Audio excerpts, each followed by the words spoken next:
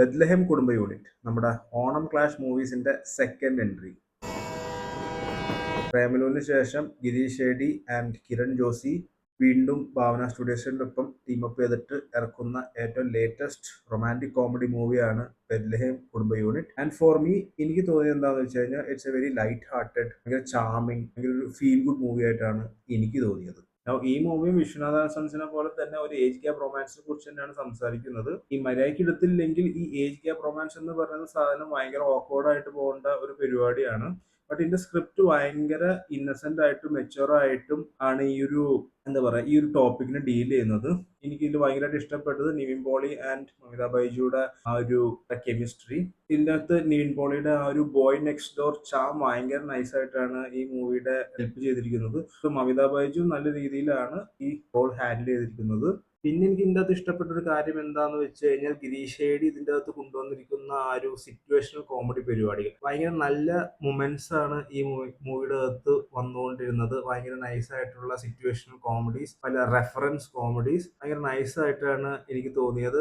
Like കുറെ സീനുകൾ ഉണ്ടായിരുന്നു, മറ്റേ ചിരിച്ചിരിച്ച് ചുമച്ചു പോയ കുറെ സീനുകൾ ഉണ്ടായിരുന്നു ഈ മൂവി കാണുന്ന സമയത്ത്. പിന്നെ ഇതിൻ്റെ അകത്ത് എടുത്ത് പറയേണ്ടത് സപ്പോർട്ടിംഗ് കാസ്റ്റിനെ കുറിച്ചാണ്. സംഗീത് പ്രതാപ്, സുരേഷ് കൃഷ്ണ, പിന്നെ നമ്മുടെ ചൂരലിലെ പുള്ളിയൊക്കെ നല്ല രീതിയിലാണ് ഇതിനകത്ത് കോമഡി ഹാൻഡിൽ ചെയ്തിരിക്കുന്നത്. ആൻഡ് യെസ്, ശ്യാമോഹനും ഇതിൻ്റെ അകത്ത് ഒരു ക്യാരക്ടർ പ്ലേ ചെയ്യുന്നുണ്ട്. എല്ലാവരും ഭയങ്കര നൈസ് ആയിട്ടാണ് ഈ മൂവിയുടെ സപ്പോർട്ടിംഗ് കാസ്റ്റ് അവരുടെ റോൾസ് എല്ലാം പ്ലേ ചെയ്തിരിക്കുന്നത്. And it was fun to watch.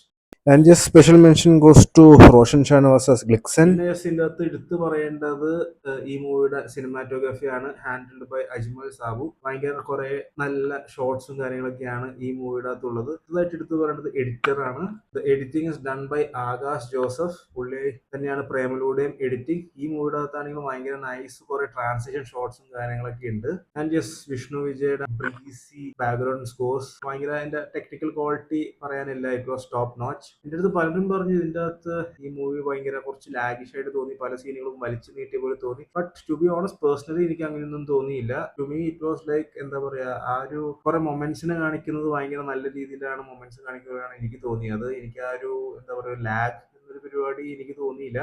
So to end, Bethlehem കുടുംബ യൂണിറ്റ് എനിക്ക് ഭയങ്കരമായിട്ട് ഇഷ്ടപ്പെട്ടു. വളരെ ഒരു നല്ല ലൈറ്റ് ഹാർട്ടഡ് ഫീൽ ഗുഡ് ഡ്രാമയായിട്ടാണ് എനിക്ക് തോന്നിയത്. ബെത്ലഹേം കുടുംബ യൂണിറ്റ് ഒരു ഓണം വിന്നർ ആയിട്ട് തന്നെയാണ് എനിക്ക് തോന്നുന്നത്. And it kind of proves that Girish A D is the master of feel good movies. Actually thinking back, ഈ മൂവി ശരിക്കും പറഞ്ഞാൽ ഓം ശാന്തി ഓശാനയുടെയും പ്രേമത്തിന്റെ ഒരു വൈബ് തരാറുണ്ട്. So to watch Bethlehem Kudumba Unit. So that's Bethlehem Kudumba Unit for you. Take care.